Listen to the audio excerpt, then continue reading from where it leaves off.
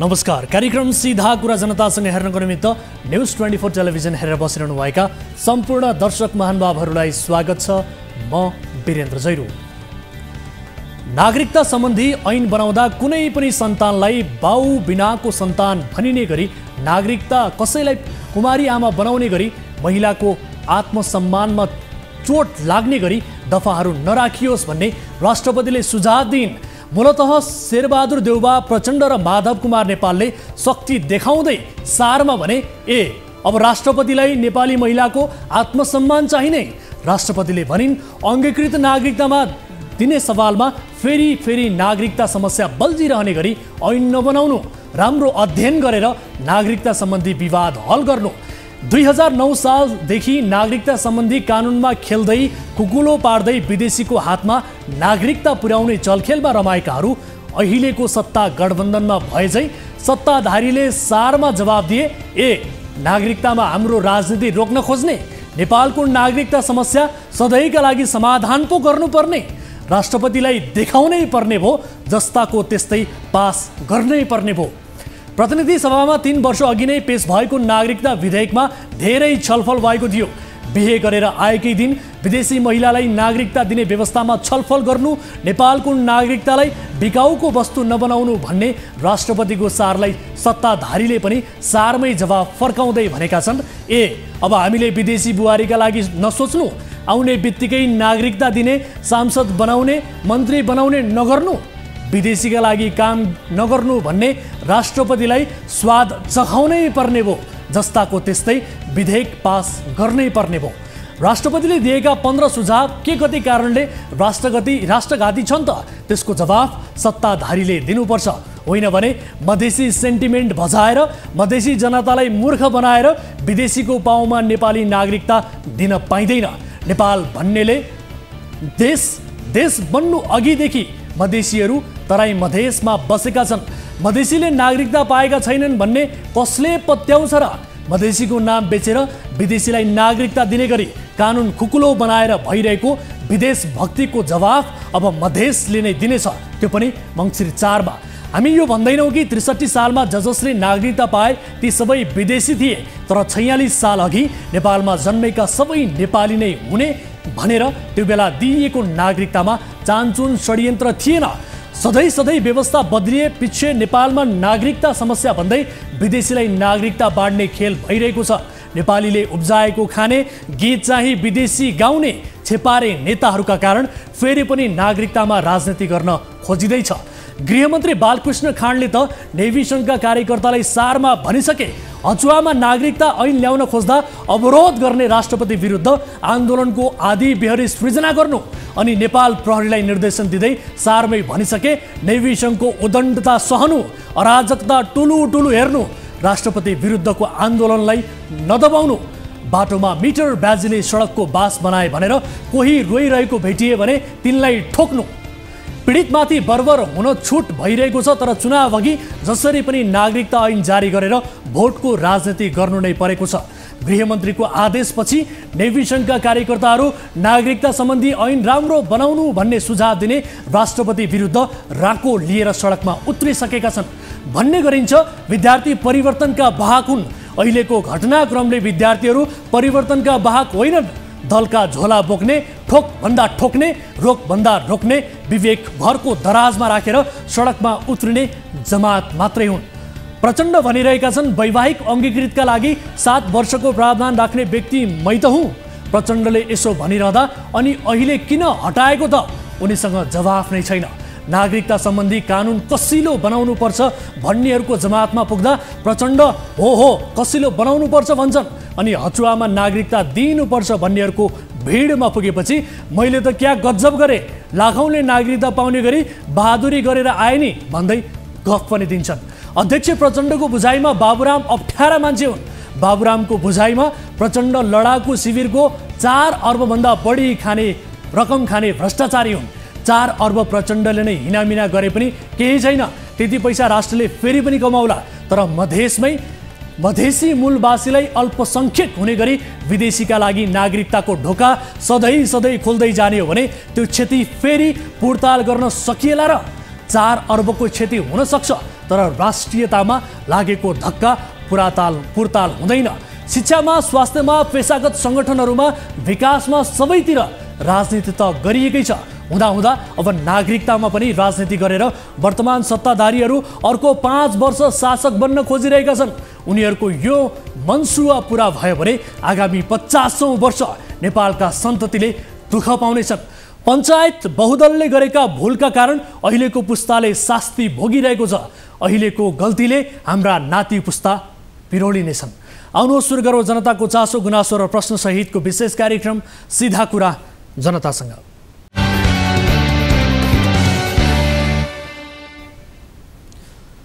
स्वागत छ दर्शक महानुभावहरू, कार्यक्रम सीधा कुरा जनतासँगको नयाँ श्रृङ्खलामा उपस्थित भइसकेका छौँ। न्युज 24 टेलिभिजनबाट प्रत्यक्ष रूपमा प्रसारित छौँ र आज पनि हामी विभिन्न विषयमा कुराकानी गर्न गइरहेका छौँ। विशेष गरी केही महत्त्वपूर्ण रिपोर्टहरू सहित, केही फलोअप विषयसहित आजको कार्यक्रममा प्रस्तुत छौँ। र आजको कार्यक्रममा बच्चा चोर भन्दै भाइरल भइरहेका भिडियोबारे फ्याक्ट चेक गर्दैछौँ। तपाईँले सामाजिक सञ्जालमा बच्चा चोर भन्दै मानिसहरूलाई कुटपिट गरेको भाइरल भएको फोटो र भिडियोहरू देखिरहनु भएकै होला। यसको वास्तविकता के हो त, यो आजको कार्यक्रममा हामी देखाउने प्रयास गर्नेछौँ। र यस्तै आजको कार्यक्रममा धरान उपमहानगरपालिकामा अर्क साम्पाङले 3.5 महिनामै पानीको बन्दोबस्त गरेको विषय पनि हामी प्रस्तुत गर्न गइरहेका छौँ। यसबारेको फलोअप रिपोर्ट आजको कार्यक्रममा प्रस्तुत हुनेछ। र यस्तै क्रिकेटर सन्दीप लामिछाने प्रकरणबारे फलोअप रिपोर्ट पनि हामीसँग छ। सन्दीप अझैसम्म नेपाल फर्किएका छैनन्। आखिर कहाँ छन् सन्दीप, उनीबारेको थप तथ्य आजको कार्यक्रममा प्रस्तुत गर्दैछौँ। र यस्तै मानव अङ्ग प्रत्यारोपण केन्द्रका चिकित्सकमाथि दुर्व्यवहारको आरोप लागेको विषय हामीले कार्यक्रममा प्रस्तुत गरेका थियौँ केही समय अघिको श्रृङ्खलामा। र आरोप लगाउने महिलाबारेको थप विषय आजको फलोअप रिपोर्टमा हामी देखाउने कोसिस गर्नेछौँ। यसबाहेक तपाईँ दर्शक महानुभावहरूसँगको प्रत्यक्ष कुराकानीमा हामी जोडिनेछौँ, जसका लागि हामीसँग जोडिने माध्यम खुला गरिसकेका छौँ। कुनै पनि समस्या पर्नु भएको छ, कुनै पनि आपद विपदमा पर्नु भएको छ भने तपाईँले कार्यक्रम अवधिभर हामीलाई सम्पर्क गर्न सक्नुहुनेछ। आफ्ना गुनासाहरू, आफ्ना समस्याहरू राख्न सक्नुहुनेछ भन्दै कार्यक्रमको सुरुवात गरौँ हाम्रो नियमित स्तम्भ ताली र गालीबाट। यसअघि हामीले सोधेको प्रश्न थियो, निलम्बित प्रधान न्यायाधीश सोलेन्द्र शमशेर राणाले महाभियोग समितिमा नेकपा एमालेका अध्यक्ष केपी शर्मा ओलीको पटक पटक प्रशंसा गरिरहनुको अर्थ प्रतिपक्ष फकाएर पक्षलाई तर्साउने चाल हो भन्नेले तालीमा र होइन भन्नेले गालीमा भोट गर्नुपर्ने थियो। जसअनुसार 65.59%ले तालीमा र 34.41%ले गालीमा आफ्नो मत जाहेर गर्नुभएको छ। अर्थात् राणाले महाभियोग समितिमा अध्यक्ष ओलीको प्रशंसा गरिरहनुको अर्थ प्रतिपक्ष फकाएर पक्षलाई तर्साउने चाल हो भन्नेमा बढी मत परेको छ। अर्थात् तालीमा दर्शकहरूले बढी मत व्यक्त गर्नुभएको छ। अब ताली र गालीका लागि आजको प्रश्न, चिनिया जनकाङ्ग्रेसको स्थायी समितिका अध्यक्ष ली चान्सुको भ्रमणका कारण काठमाडौँको यातायात पटक पटक प्रभावित भयो। विदेशी विशिष्ट पाहुनाको सुरक्षाका लागि अर्को विकल्प नभएरै सरकारले जनतालाई शास्ति खेपाएको हो भन्नेले तालीमा र होइन भन्नेले गालीमा भोट गर्नुहोला। हाम्रो पात्रोको एप्लिकेसनमा गएर ताली र गालीका लागि भोट गर्न सक्नुहुनेछ र भोटिङ सुरु हुन्छ अब आजको पहिलो विषय, 74 सालको यस्तै भदौ असोजको महिना थियो। तराईका महिलाहरूको कपाल निदाएको बेला कसैले आएर काटिदिन्थ्यो। कपाल काटिएपछि महिलाहरू आत्तिँदै कोही डाक्टर कहाँ पुग्थे, कोही धामी झाँक्री कहाँ पुग्थे। कपाल काटियो टुक्रियो भनेर आतंकित हुनेहरूको कपाल काटिएकै कुरा पनि ठोस रूपमा प्रमाणित हुँदैन थियो। तर पनि तराईका महिलाको मनमा एउटा ठुलो आतंकले घर गरेको थियो। चुल्ठो काटिने त्यो आतंक खासमा मानिसहरूको मनको भ्रम थियो, अरू केही पनि थिएन। अहिलेको प्रसङ्ग चुल्ठो काटिएको भन्ने छैन, बच्चा चोरहरू भारतबाट नेपाल पसे भन्ने छ। बच्चा चोरहरू समातिएको कुटिएको भनेर सामाजिक सञ्जालमा आतंकको खेती भइरहेको छ। ससाना बालबालिका आतंकी छन्। अभिभावकहरू आफ्ना छोराछोरी चोरिएलन्, तिनको आँखा मृगौला झिकेर बेचिएला भन्ने चिन्ताले ग्रस्त छन्। बच्चा चोरीको अफवाह भारतमा त यति फैलिएको छ कि एकजना निर्दोष मान्छेलाई बच्चा चोर भनेर विवेकहीन भिडले कुटेरै मारेको थियो। अपाङ्ग मानसिक रोगी दिनहीनहरूमाथि नेपालमा पनि अत्याचार भइरहेको छ। बच्चा चोरको समग्र विषय सहितको यो विशेष रिपोर्ट हेरौँ।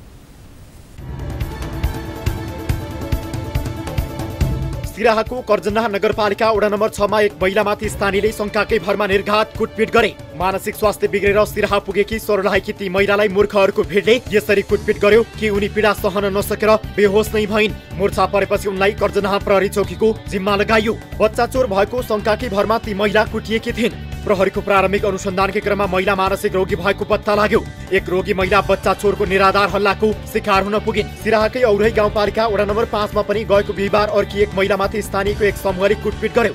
कुटपिटपछि उनलाई पनि प्रहरीमा बुझाइयो, तर प्रहरीले सामान्य सोधपुछकै क्रममा बच्चा चोरीसँग ती महिलाको टाढा टाढासम्म कुनै सम्बन्ध नरहेको पत्ता लगायो। सिराहाकै विष्णुपुर गाउँपालिका 5 मा पनि गएको शनिबार 2 यौनिक अल्पसंख्यकलाई स्थानीयले मरणासन्न हुने गरी कुटे। 43 वर्षका मुन्नी किन्नर र धनुषाका 45 वर्षीय चन्दे किन्नरलाई स्थानीयले बच्चा चोरीको आरोपमा कुटपिट गरे। स्थानीय एक कपडा व्यापारीले शंकाकै भरमा यी दुईलाई बच्चा चोर भन्दै कुट्न थाले। विवेक सुन्ने भिड पनि थपिएपछि उनीहरू बेकसुर हुँदा पनि कुटपिटको शिकार बने।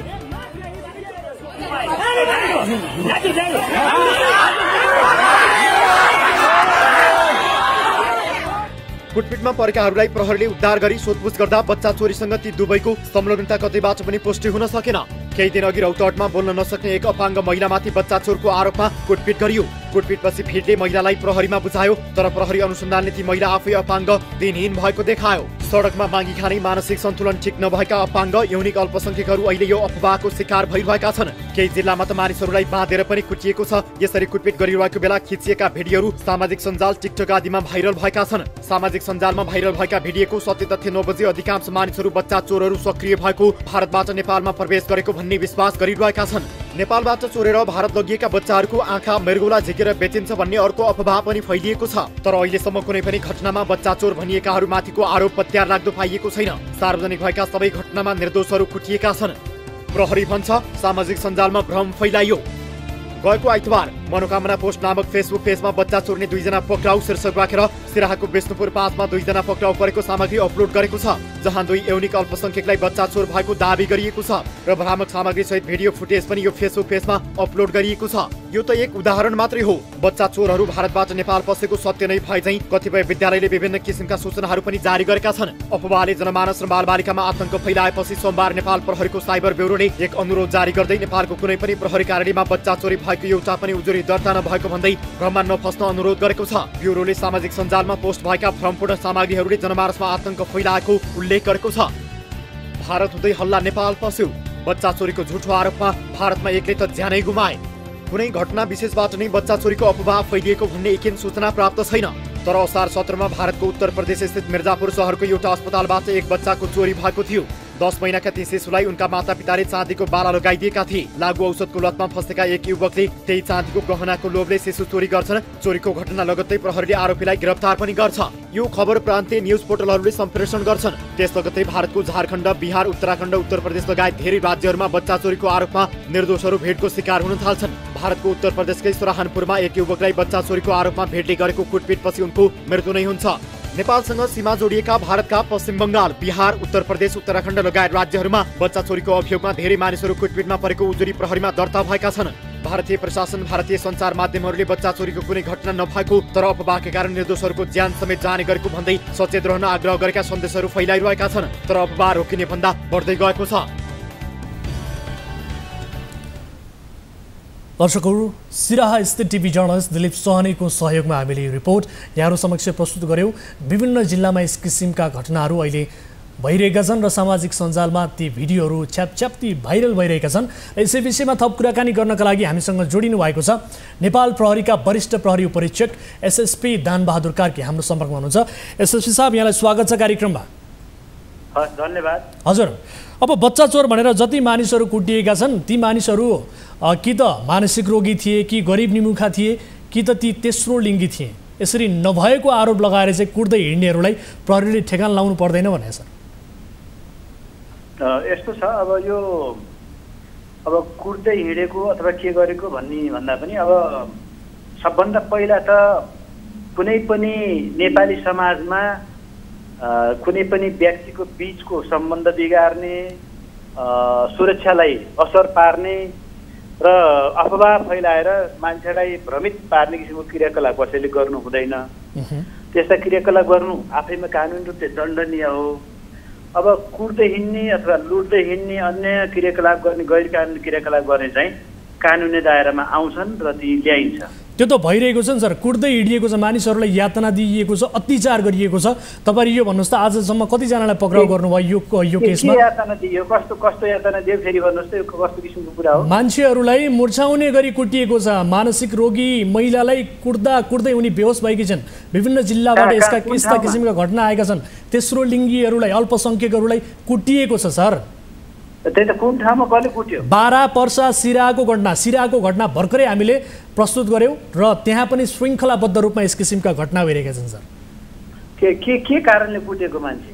बच्चा चोरेको भन्दै कुटियो। हामीले रिपोर्ट प्रस्तुत गर्यौँ भर्खरै, सिराको घटना, बारा पर्साको घटना समेटेर हामीले प्रस्तुत गरेका छौँ। तेस्रो लिङ्गी महिलालाई कुटिएको छ, मानसिक रोगी महिलालाई कुटिएको छ सर। यसबारे यहाँलाई जानकारी छैन? यसो गर्नुहोस्, यसरी बुझ्नुपर्छ। हजुर, यहाँले दुईटा विषयलाई एकै ठाउँ मिसाएर गिजोल निकाल नगर्नु। यहाँले बुझ्न के जरुरी छ भने हजुर, कुट्ने विषय एउटा हो, त्यो कानुनी दायरामा आउँछ। एउटा बच्चा चोरियो अथवा बच्चा चोरिन्छ, बच्चाले यस्तो भएको छ भने अफवाह फैलाउने विषय अर्को हो। होइन, बच्चा राखेर गिजोल्न मिल्दैन। अहिले चाहिँ यहाँले म एउटा निवेदन के गरौँ भने, हजुर, बच्चा नेपालका मुद्दा चल्ने कुनै पनि इकाइमा अथवा नेपालभर फैलिएका नेपाल प्रहरीका कुनै पनि इकाइमा बच्चा चोरी भएको अथवा बच्चालाई कतै अपहरण गरिएको, कतै लगिएको भन्ने किसिमको जुन यो किडनी लगायतका कुराहरू झिक्ने भन्दै, आँखा झिक्ने भन्दै लगिएको कुनै पनि सूचना प्रहरीलाई छैन। त्यस किसिमको सूचना हुँदै नभएको गलत कुप्रचार गर्दै हिँड्न पनि मिल्दैन। यसले समाजमा सन्तास फैलाउने काम गर्छ। बालबालिकामा, अभिभावकमा पनि यो सन्तास फैलाउने काम गर्छ। यो कुकृत्य हुनु हुँदैन। त्यसको एउटा छुट्टै पाटो हो त्यो। हजुर, अब दोस्रो कोही व्यक्तिले, सुन्नुहोस् म भन्दैछु, दोस्रो कोही व्यक्तिले कसैलाई पनि कुनै पनि बहानामा बच्चाको विषयको होस् अथवा अन्य सम्पत्तिको विषय होस् अथवा अन्य कुनै पनि सार्वजनिक विषय लिएर कुनै पनि ठाउँमा कसैले हात हाल्न कुट्न पाउँदैन। त्यो कुट्न पाउने विषय, त्यस्तो कसैले कुटिएको केही गरेको विषय अहिले तपाईँलाई सूचना आयो, तपाईँलाई सूचना आए जस्तै तात्तातै हामी कहाँ नआउन सक्छ। सूचना आउन साथ प्रहरी आकर्षित हुन्छ, प्रहरी त्यहाँ जान्छ, व्यक्तिको घटना दर्ता हुन्छ र कानुन बमोजिम हुन्छ। यो प्रक्रिया स्वाभाविक सबै थाहा पाएकै विषय हो। ठिक छ। अब तपाईँ पनि सूचनाको एउटा स्रोत हो। यो तपाईँको स्रोत समेतलाई हेरेर त्यसमा पनि हामीले काम गर्न भन्ने छौँ। ठिक छ। अब प्रहरीले भनेको जस्तै यो एउटा भ्रम हो, यस अफवाहमा नलाग्न हुन भनेर तपाईँहरूकै भनाइअनुसार हामीले रिपोर्ट पनि देखायौँ। यो एकदमै भ्रम हो, बच्चा चोरी भएको छैन, प्रहरीमा कुनै किसिमको उजुरी पनि परेको छैन भन्ने आधारमै हामीले रिपोर्ट पनि प्रस्तुत गरिसक्यौँ सर। तर हाम्रो कन्सर्न के हो भने विभिन्न किसिमका लालछना लाउँदै बच्चा चोर भनेर लालछना लाएर मानिसहरूलाई कुटिएको छ, ती कुट्ने विरुद्ध चाहिँ कारबाही हुनु पर्दैन भने एउटा विज्ञप्ति मात्र निकालेर हुन्छ। हाम्रो भनाइ चाहिँ यति मात्रै हो सर। हेर्नुहोस्, हजुर, टेलिभिजनको पर्दामा बोले जस्तै होइन क्या। यो मुद्दा चल्ने, कानुनी कारबाही गर्ने एउटा त्यसको टाइम फ्रेम हुन्छ, जाहेरी आउँछ, निवेदन आउँछ। तपाईँले देख्न साथै तपाईँले भनिहाल्नुहुन्छ होइन। एउटा प्रहरी कहाँ त निवेदन आउनु पर्यो, व्यक्ति आउनु पर्यो, ल्याइन पर्यो। ती व्यक्ति कानुनी दायरामा कहिले आएको छैन र ती व्यक्ति त जहिले पनि कानुनी दायरामा आउँछन्, ल्याइन्छ, ल्याइराखेकै छ। अहिलेसम्म कुटपिट गर्ने कोही पनि व्यक्ति कानुनी दायरामा नआएको भन्ने त छैन नि। कुनै पनि घटनामा कोही व्यक्तिले कसैलाई पनि कुट्न, दुर्व्यवहार गर्न, अन्य कानुन हातमा लिन पाइँदैन। त्यस्तो व्यक्तिहरू कानुन दायरामा आउने हो। अब जो कुटाइ खाएको छ, जो व्यक्तिलाई दुर्व्यवहार भएको छ, ती व्यक्तिहरू पनि प्रहरीकोमा आउनुपर्छ। उहाँहरूले प्रहरीको नजिकको इकाइ थाहा छैन भने नजिकमा 100मा कल गरे पनि प्रहरी त्यहीँ गइपुग्छ। त्यो पनि अवस्था छ। त्यसैले अब यो कुन परिप्रेक्ष्यको कुरा हो त्यो सबै हेरेर नजिकको पुलिसले त्यसलाई कारबाहीको दायरामा ल्याउने हो। सर, अब विशेष गरी बच्चा चोरको आरोप लगाएर ती मानिसहरूमाथि कुटिएको छ, यसप्रति मात्रै हाम्रो कन्सर्न हो। यो कन्सर्न गलत हो त भने?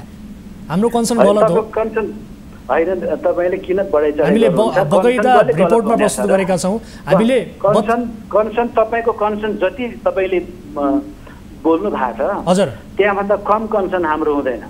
तपाईँले टेलिभिजनको पर्दामा बोल्नुहुन्छ, हामी फिल्डमै गएर काम गर्छौँ। त्यो गर्दाखेरि चाहिँ अब त्यो खोइ जस्तो तपाईँलाई सूचना आए जस्तै तपाईँले यो सूचना त तपाईँले अहिले मसँग कुरा गर्नुभन्दा पहिल्यै पनि नजिकको प्रहरी इकाइमा भनिदिया भए यतिखेर त मान्छे समातिसक्थ्यो। त्यो तपाईँलाई आएको सूचना यस्तो थियो भने कतिपय सूचना हामी कहाँ आएको थिएन जो तपाईँ कहाँ आइसकेको छ भने तपाईँले प्रहरीलाई भनेर कानुनी दायरामा व्यक्तिलाई ल्याउने कि टेलिभिजनमा कराइरहने त सर कस्तो किसिमको घटना छ भने एसएससी साहब ठिक छ तपाईँले भनेको ठिक हो तर यहाँ के देखियो भने कुटेर मूर्छित पारेर प्रहरीकै जिम्मा लगाउने किसिमका घटना देखिए नि त यहाँ त प्रहरीकै जिम्मा लगाउने त्यो गर्न पाइँदैन बच्चा चोर त कोही पनि छैन नि बच्चा त उसले चोरेकै होइन त बच्चा चोरको पछि त तपाईँहरू लाग्नै परेन हामी लाग्नै परेन किनभने यो भ्रम भन्ने कुरा त यहाँहरूले पनि भनिरहनु भएको छ हामीले पनि भनिरहेका छौँ तर कुटेर एउटा भिडले कुटेर मान्छेले प्रहरीकै जिम्मा लगाइदिइरहेको छ यो अवस्थामा त भ्रम एउटै कुरालाई जेली जस्तो जेली राख्नु पर्दैन कि ठीक छ तपाईलाई कुट्ने सूचना तपाईलाई छिटवाए सबभन्दा पहिला तपाईले भन्ने मलाई मै दौडिने हो यो त हामीले त अपराध नियन्त्रणको लागि दौडिने हो तपाईको कन्सर्न जायज छ तपाईले मलाई जसरी भन्नुभएको छ यसलाई छिटोभन्दा छिटो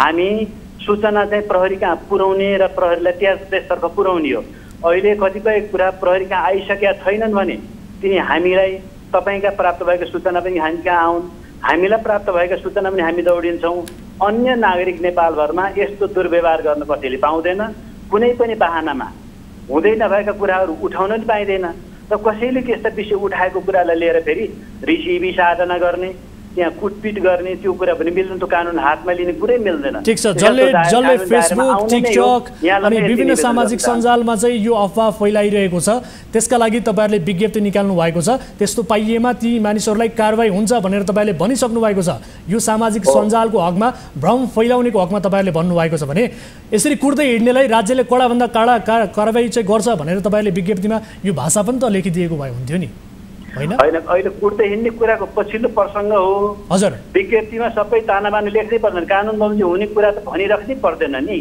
कानुनले तोकेकै छ कसैले हात हाल्न पाइँदैन कुट्न पाइँदैन भन्ने होइन हजुर त्यसकारणले त्यस्तो व्यक्तिलाई कानुन दायरामा ल्याउनु प्रहरीको कर्तव्य हो त्यस्तो सूचना थाहा पाउँदा प्रहरी कहाँ भन्नु पनि तपाईको पनि कर्तव्य हो आम नागरिकको पनि कर्तव्य हो थाहा पाउने सबैको कर्तव्य हो यो कुरा गर्नुपर्छ लाग्नुपर्छ भन्ने यहाँसँग निवेदन छ मेरो अनि सामाजिक सञ्जालमा जसरी अफवाह फैलिरहेको छ यहाँहरूले विज्ञप्ति निकाल्नु भएको छ त्यस्ता कोही व्यक्तिहरू तपाईहरुको कारबाहीमा आएका छन् सर अहिलेसम्म यो त छ्यापछ्याप्ती छ भ्रम त यत्र तत्र फैलिएको छ हजुर सुन्नु न यस्तो छ हजुर यसमा हामीले यो कुरा आइसके पछाडि अब यो युट्युबहरू टिकटकहरू लगायतका कुरा हजुर हाम्रो साइबर ब्युरोदेखि लिएर सबैले त्यसमा हेरिराखेको छ र त्यसको प्रयोगकर्ताहरू जसले यस्तो अफवाह फैलाउने काम गरिरहेको छ त्यो रेगुलर मोनिटरिङ भइरहेछ त्यसपछि कानुनी दायरामा त्यो व्यक्तिहरूलाई अब प्रविधिको प्रयोगले उनीहरूलाई कानुनी दायरामा ल्याउने कामको लागि अहिले हामी यहाँ मात्रै होइन नेपालमा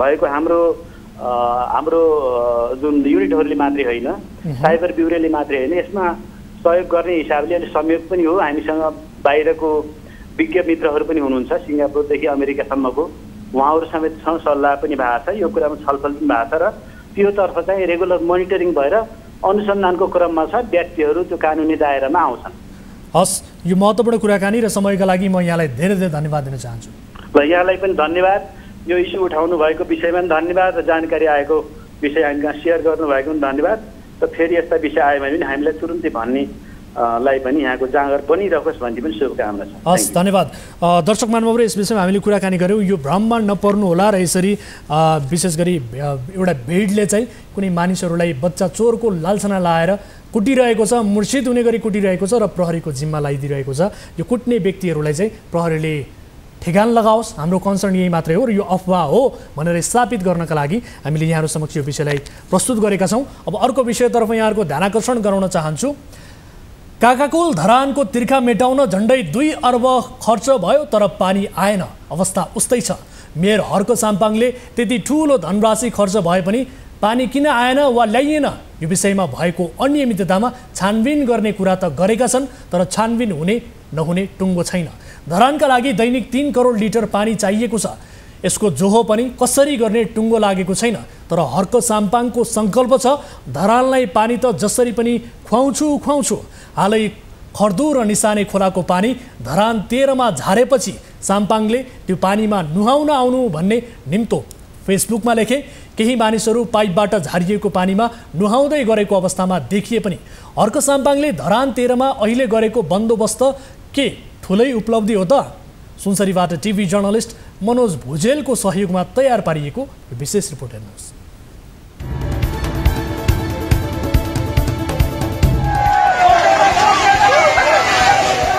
यससँगै धरानमा लामो समयदेखि अवरुद्ध हुँदै आएको खानेपानी आपूर्ति हुने भएको छ। अब दोस्रो चरणमा सर्दु खोलाको पानी ल्याउने गरी काम अघि बढिरहेको धरान उपमहानगरपालिकाले जनाएको छ।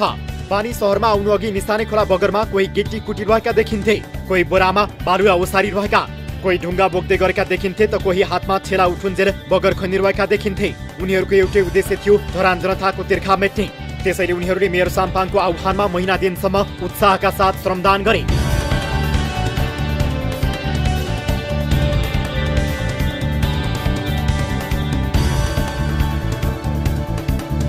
2060 सालदेखि नै धरानका बासिन्दा हिउँदका 6 महिना पानीको चरम अभाव बेहोर्न बाध्य छन्। 3 दिनमा बल्ल एकपटक धारामा पानी आउने, त्यो पनि मध्यरातदेखि कुरेर बस्नुपर्ने अवस्था आएपछि समस्या समाधान गर्ने एसियाली विकास बैंक एडीबी र नेपाल सरकारबीच सन् 2012 मे 8 मा सम्झौता भएको थियो।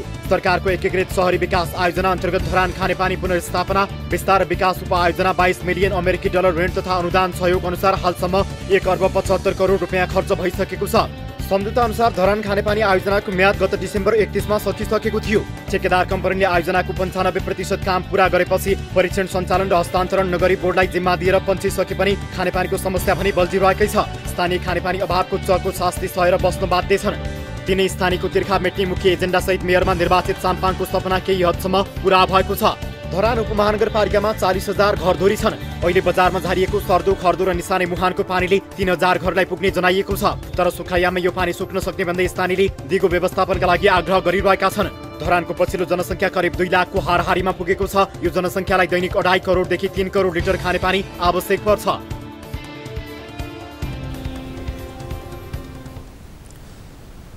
दर्शकहरू, यस विषयमा थप कुराकानी गर्न गइरहेका छौँ। हामी यति बेला टेलिफोन सम्पर्क मार्फत जोड्ने प्रयास गरिरहेका छौँ धरान उपमहानगरपालिकाका उपमेयर ऐन्द्र विक्रम बेघालाई टेलिफोन सम्पर्क मार्फत जोड्ने प्रयास गरिरहेका छौँ। जुन ढङ्गबाट धरान शहरको बजार जानकी चोकमा पानी ल्याइएको छ कि यो पानीले धरानको खानेपानीको समस्या समाधान हुन्छ त, अथवा धरानको पानी आपूर्तिमा यसले कतिको भूमिका खेल्छ, यसबारे थप प्रश्न गर्न गइरहेका छौँ। यति बेला हामीसँग उपमेयर ऐन्द्र विक्रम बेगा हाम्रो सम्पर्कमा हुनुहुन्छ। उहाँसँग कुराकानी गरौँ। उपमेयर साहब, यहाँलाई स्वागत छ कार्यक्रम सिधा कुरा जनतासँगमा। धन्यवाद। हजुर, अब यहाँहरूले जानकी चोकमा पानी पुर्याएको के यो ठुलै उपलब्धि हो सर? यसले धरानको पानी आपूर्तिमा कतिको भूमिका खेल्छ बताइदिनुहोस् त। जानकी चोकसम्म अहिले पानी आइरहेको छ, यो उपलब्धि नै हो धरानको लागि। उपलब्धि नै भन्नुपर्छ, उपलब्धि नै हो। यसले भनौँ न धरानको पानी आपूर्तिमा कतिको भूमिका खेल्छ?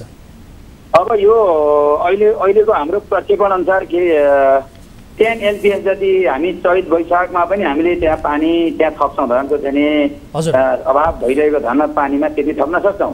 तर अहिले त पर्याप्त मात्रामा धरान 10, 11, 12, 17, 18, 19लाई अब पुग्दो पानी त्यो पाइपबाट हामीले आपूर्ति गरेर धरानको पानीको समस्या मा चाहिँ नै ठुलो योगदान गर्छ त्यसले। अब धरानका लागि त दैनिक 3 करोड लिटर पानी चाहिने रहेछ होइन? भनौँ न यो उपमहानगर करिब 3 करोड लिटर हो। करिब 3 करोड लिटर। अब अहिले जुन जो गरिएको छ यसले चाहिँ कति लिटर पानी दैनिक यहाँहरूले स्थानीय नागरिकलाई पर सेकेन्ड 10 एलपिएस चैत वैशाखतिर पनि पानी नहुँदा पनि यति थपिन्छ हेर्नुहोस् होइन। हामीले त्यो पाइपको आकार पाइपको चाहिँ क्षमताको आधारबाट हामी त जति पनि पानी ल्याउन सक्छौँ। यो पाइपमा त थुप्रै पानी हामी त्यहाँबाट चाहिँ इन्ट्री गराउन सक्छौँ। अहिले त पर्याप्त हामी धरानको जनताको अथवा आवश्यकताको माग बमोजिम पानी हामी यो पाइपमा लाएर थपेर लाएर हामी पुर्याउन सक्छौँ। भनेको दैनिक कति लिटर पानी यहाँहरूले चाहिँ आपूर्ति गर्न सक्नुहुन्छ? अहिले सुन्नु न, अहिले हामी अहिलेको प्रक्षेपणमा हाम्रो पाइपको साइज अनुसार त्यो पाइपमा हामी जति पानी ल्याउन सक्छौँ त्यति नै आउँछ। अहिले हामी हिउँदोमा नै 10 एलपिएस जति हामी चाहिँ अनुमान लागेका छौँ भने अहिले त हामी करिब अब 60-70 पर मिनट के अरे पर सेकेन्ड हामी पानी चाहिँ आउने खालको चाहिँ वातावरण बनाउन सक्छौँ। पाइरहेछ। ठिक छ। अब विशेष गरी यो खानेपानी योजनाका लागि त झन्डै 2 अर्ब त खर्च भइसकेछ होइन। यसअघि एडिबी एकीकृत शहरी विकास परियोजना र उपमहानगरपालिका बीचको जुन सम्झौता थियो यो बमोजिम खर्च भइसकेछ। त्यत्रो पैसा चाहिँ कहाँ गयो भनेर खोज्नुपर्ने बेलामा चाहिँ गिट्टी कुटेर पानी ल्याएर हुन्छ भन्नेहरू पनि छन्। गिट्टी कुटेको छ, पाइप बोकाएको छ, श्रमदान गरेको छ। यसले कति दीर्घकालीनसम्म यो योजना चल्ला र भन्नेहरू पनि छन्। के भन्नुहुन्छ? अहिले कुरा के हो भन्दाखेरि अहिले धरानमा पानीको समस्या छ। अहिले धरानलाई पर्याप्त पानीले पुगेको छैन। हजुर। यस्तो बेला यस्तो अवस्थामा भएको पानीको पाइपलाइनमा थप पानी ल्याउँदाखेरि त्यसले रातै गरिरहेछ, रातै दिन्छ जस्तो लागेको छ। तर यो अहिले जुन स्रोतहरूबाट जस्तै खर्जुबाट 2वटा पाइप, सर्दुबाट एउटा पाइप, निशानीबाट एउटा पाइप गरेर निशानी खोलामा एउटा इन्टेक निर्माण गरेर त्यहाँबाट हामीले पानी ल्याइरहेछौँ। ल्याउने लाइन चाहिँ जानेकी सिस्टममा आइसक्यो। त्यसले पानी थप्छ नि त। अघिल्लो संरचना अघिल्लो चाहिँ उसले पानी जति ल्यायो त्यहाँ हामीले अझै थप्ने हेर्नुहोस्। यो नयाँ संरचना जो अहिले बनेको छ जनसमाधानबाट जनताबाट लगानी गरेर जनताबाटै सहभागी भएर चाहिँ आएको पानी थपि नै रहेछ त। अहिले त उपलब्धि नै हो जस्तो लाग्छ। अब अघिल्लोचोटिको सफल र असफल भन्ने कुरो हामी छलफल गर्दैछौँ, हामी बहस गर्दैछौँ, हामी हिसाब किताब खोज्दैछौँ, हिसाब किताब गर्दैछौँ।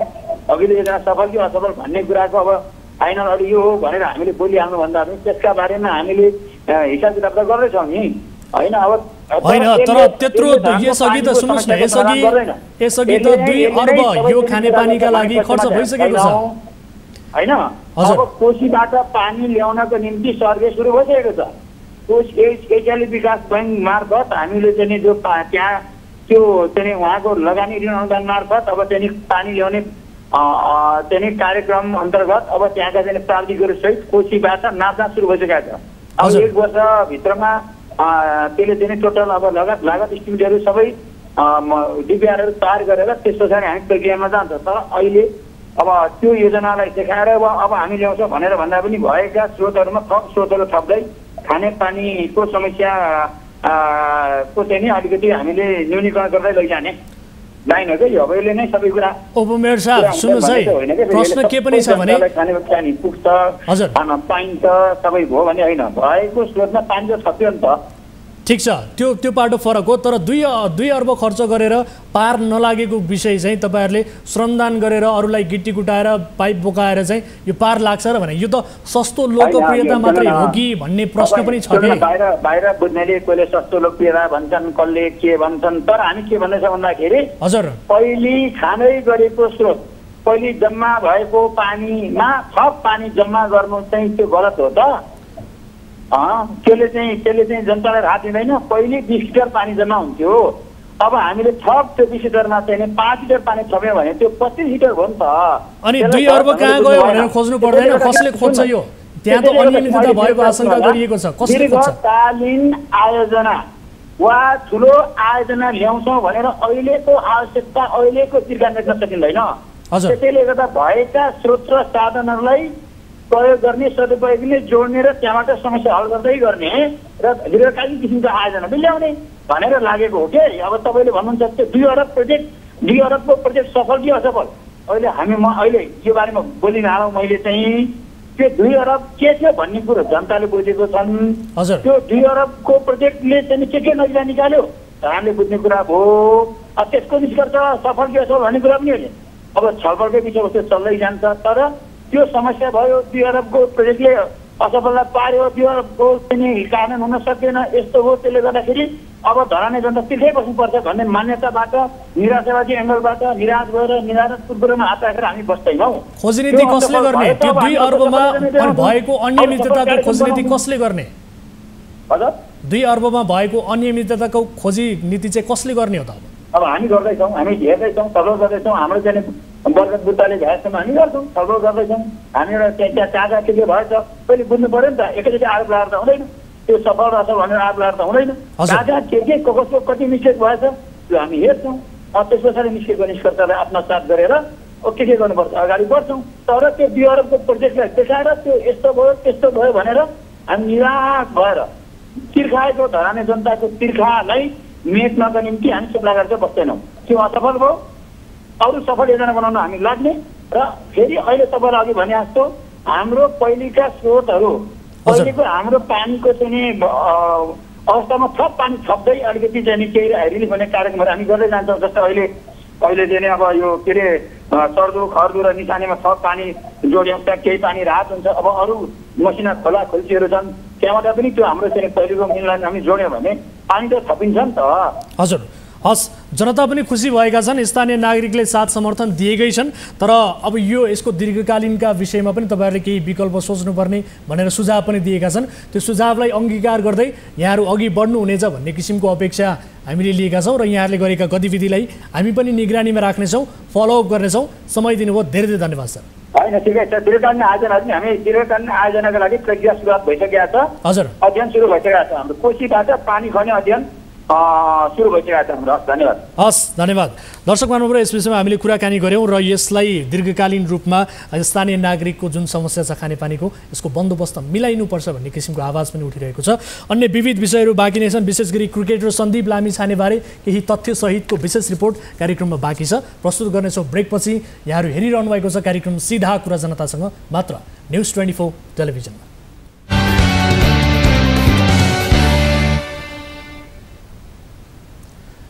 ब्रेकपछि स्वागत छ दर्शकहरू कार्यक्रम सीधा कुरा जनतासँगमा। अब अर्को विषय, 5 दिन अघि क्रिकेटर सन्दीप लामिछानेले भनेका थिए नेपाल फर्किँदैछु। नेपाल आउन 2 दिन लाग्थ्यो, तर 5 दिन बितिसक्यो, उनी आएनन्।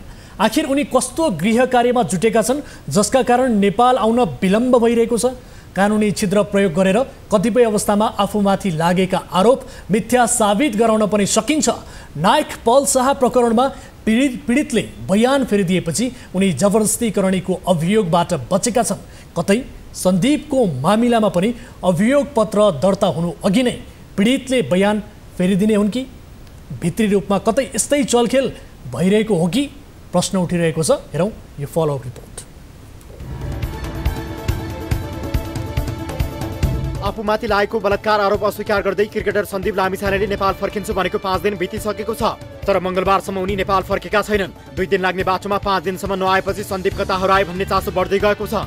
शुक्रबार उनले आरोपको खण्डन गर्दै चाँडै नेपाल फर्किने प्रतिक्रिया दिएका थिए। टिकटको प्रक्रिया सकेर जतिसक्दो छिटो नेपाल आउने उनको भनाइ थियो। सन्दीपले वेस्ट इन्डिजबाट सामाजिक सञ्जालमा दिएको यो प्रतिक्रिया हेर्नुहोस्।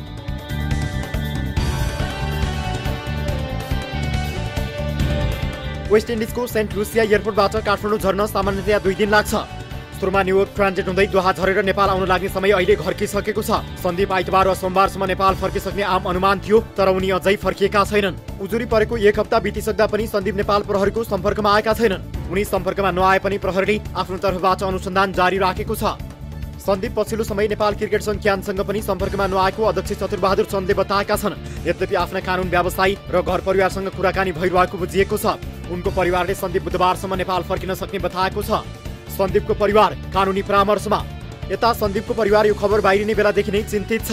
काठमाडौँमा उनको परिवार यति बेला क्यानका पदाधिकारी र कानुन व्यवसायीसँग परामर्शमा रहेको बुझिएको छ। प्रहरीको सम्पर्कमै छैनन् सन्दीप। सन्दीप विरुद्ध 17 वर्षीय किशोरीले गत मङ्गलबार प्रहरी विरुद्ध गौशालामा उजुरी दिएकी थिइन्। भदौ 5 गते सन्दीपले आफूमाथि करणी गरेको किशोरीको आरोप थियो। त्यसको 2 दिन लगत्तै बिहीबार जिल्ला अदालतबाट सन्दीप विरुद्ध पक्राउ पनि जारी भएको थियो भने नेपाल क्रिकेट सङ्घ क्यानले कप्तानको जिम्मेवारीबाट निलम्बन गरेको थियो। यति घटनाक्रम अघि बढ्दा समेत सन्दीप अहिलेसम्म प्रहरीको सम्पर्कमा आएका छैनन्। यद्यपि उनी आफ्ना दाजु वकिल र क्यानका केही पदाधिकारीसँग नियमित सम्पर्कमा रहेको बुझिएको छ। त्रिभुवन अन्तर्राष्ट्रिय विमानस्थल स्थित अध्यागमन कार्यालयले सन्दीपलाई कालो सूचीमा राखेको छ। उनी नेपाल आउने बित्तिकै विमानस्थलमै पक्राउ पर्नेछन्। पक्राउ लगत्तै कम्तीमा 24 दिन न्यायिक हिरासतमा बस्नुपर्ने भएकाले केही समय व्यावहारिक कामहरू सकेर उनी प्रहरीको सम्पर्कमा पुग्न सक्छन्।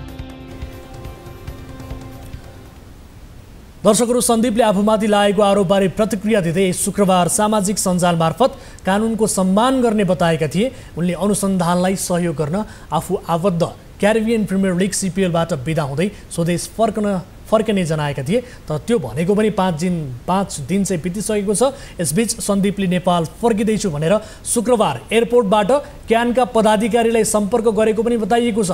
तर आजसम्म उनी नेपाल फर्किएका छैनन्। खैर, भोलिसम्ममा यस प्रकरणमा केही नयाँ ट्विस्ट आउने सम्भावना छ भन्ने चर्चा पनि भइरहेको छ।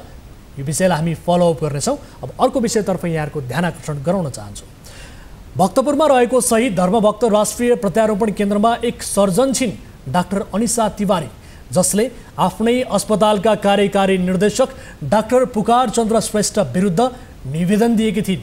डाक्टर श्रेष्ठले चरित्र हत्या गरेको, ह्यारासमेन्ट गरेको, दुर्व्यवहार गरेको भनेर दिएको निवेदनले राम्रै चर्चा पनि पायो।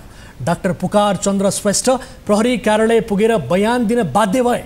त्यो निवेदन दिने डाक्टर अनिसा तिवारीको अर्को एक विवादित र सतही रूपले हेर्दा क्षुद्र व्यवहार सीसीटीभीमा कैद भएको छ।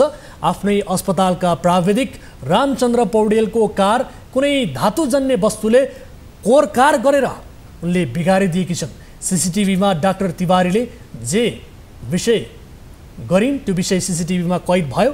देखाउँदैछौँ अबको यो विशेष रिपोर्ट।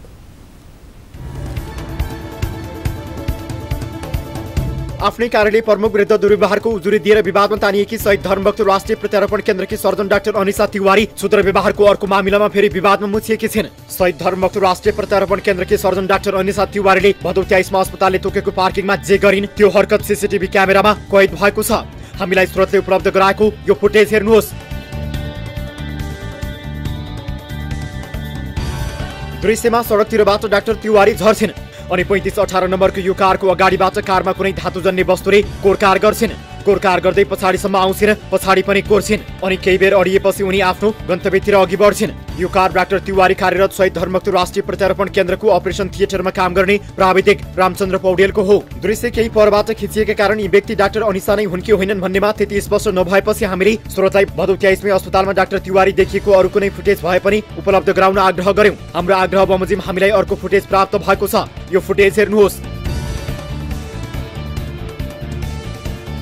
दुवै फुटेजमा नीलो टप्स, खैरो पाइन, रातो ब्याग बोकेको देखिन्छ। अब दुवै दृश्यमा देखिने महिला डाक्टर तिवारी नै हुन् भन्नेमा कुनै शंका रहेन।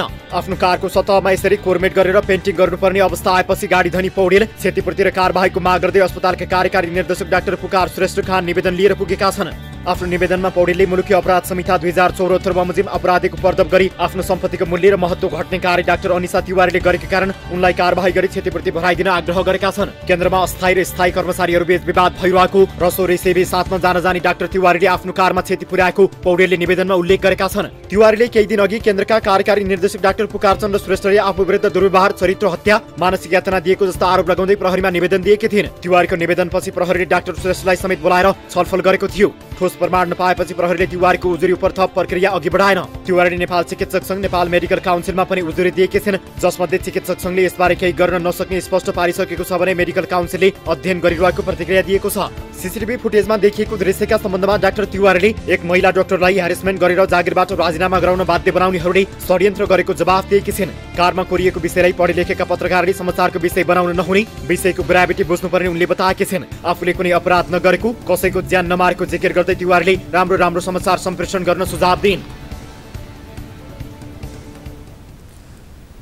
दर्शक महानुभावहरू, उहाँले हामीलाई सुझाव दिइरहनु भएको छ राम्रो समाचार सम्प्रेषण गर्नका लागि, तर उहाँले हामीसँग लाइभमा आएर आफ्ना कुराहरू राख्नका लागि भनेर हामीले उहाँलाई अनुरोध गरेका थियौँ। त्यो अनुरोधलाई उहाँले अस्वीकार गर्नुभएको छ। खैर, यो विषय हामीले सीसीटीभी फुटेजमा जे कैद भयो त्यही विषय हामीले देखाएका छौँ। यो घटनालाई फेरि पनि हामी फलोअप गर्नेछौँ भन्दै अर्को विषय पनि यहाँहरू समक्ष प्रस्तुत गरिहाल्छु। सहकारीमा पैसा बचत छ भनेर ढुक्क हुने अवस्था नै छैन। हिजोसम्म राम्रै विश्वास जितिरहेका सहकारीका सञ्चालक आजको दिनमा फरार भए भन्ने खबर सुन्नुपर्ने हुन सक्छ। आकर्षक ब्याजको लोभमा धेरै बचतकर्ताको रकम सहकारीमा डुबेका घटनाहरू प्रशस्तै छन्। पछिल्लो समय काठमाडौँको कुलेश्वरमा रहेको हितकोष बहुद्देशीय सहकारीका सञ्चालक राकेश मोक्तान बचतकर्ताको लाखौं रकम ठगेर सम्पर्कविहीन भएका छन्। पीडित बचतकर्ताहरूले दिएको जानकारी अनुसार कुलेश्वरका जनता ठगेपछि सञ्चालक मोक्तान न्यू रोडमा अर्को सहकारी चलाएर बसेका छन्। धेरै मानिसहरू पीडित हुँदा पनि प्रहरीले सञ्चालक मोक्तानलाई पक्राउ भने गरेको छैन। हेरौँ यो रिपोर्ट।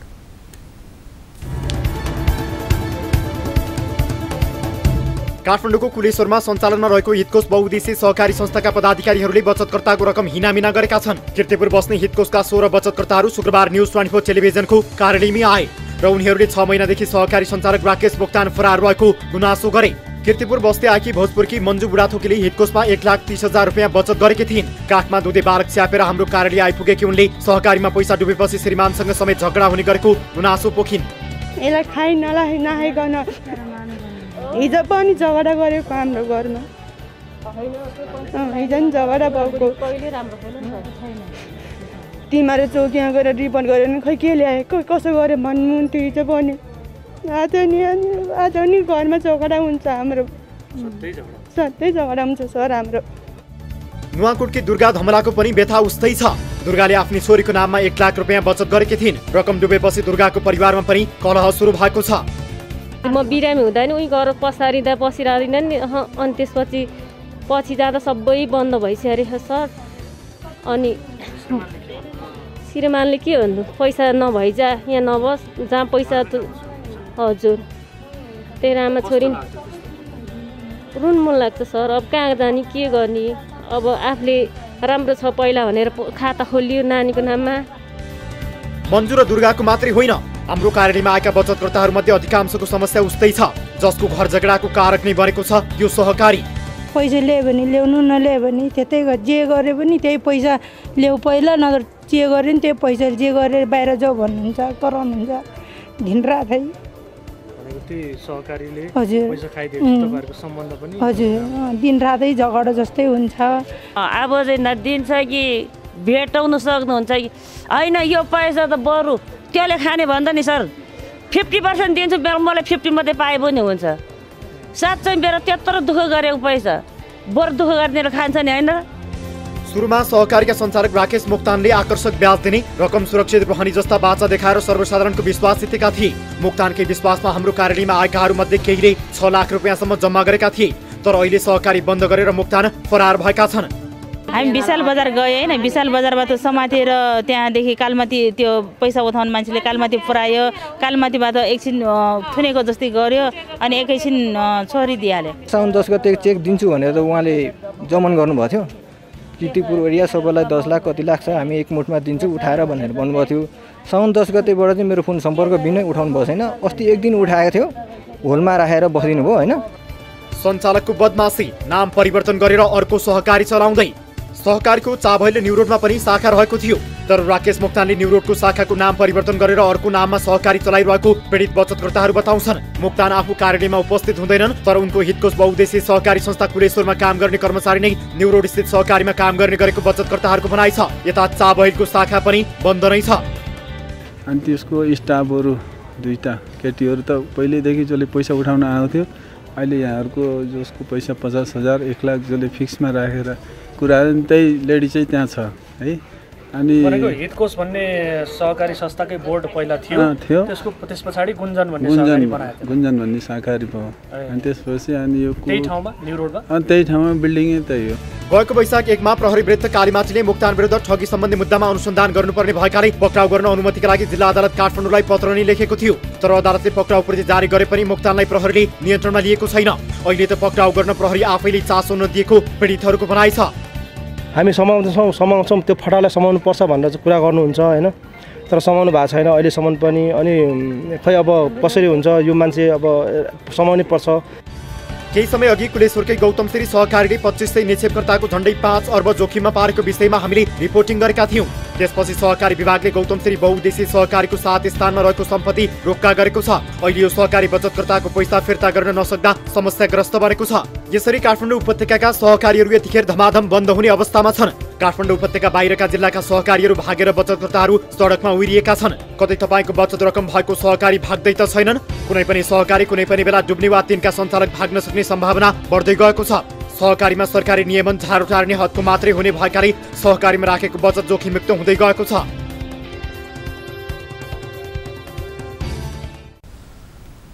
दर्शकहरू, यसरी सयौं बचतकर्तालाई ठग्ने ठग यो सहकारीका म्यानेजिङ डिरेक्टर राकेश मोक्तानलाई हामीले पटक पटक सम्पर्क गऱ्यौँ, तर उहाँले फोन उठाउनु भएको छैन। फोन नउठाएर कहाँ सुख पाइला कालले छोड्ला, तर हामीले छोड्नेवाला छैनौँ। राकेशजी, यति कुरा याद राख्नुहोला। यति भन्दै आजका लागि हामीले यो विषय प्रस्तुत गऱ्यौँ। यो विषयलाई हामी फलोअप गर्नेछौँ र कार्यक्रममा हामी आगामी दिनमा पनि प्रस्तुत गर्नेछौँ भन्दै आजका लागि यिनै विषयहरू प्रस्तुत गर्दा गर्दै कार्यक्रमको निर्धारित समय पनि सकिएको छ।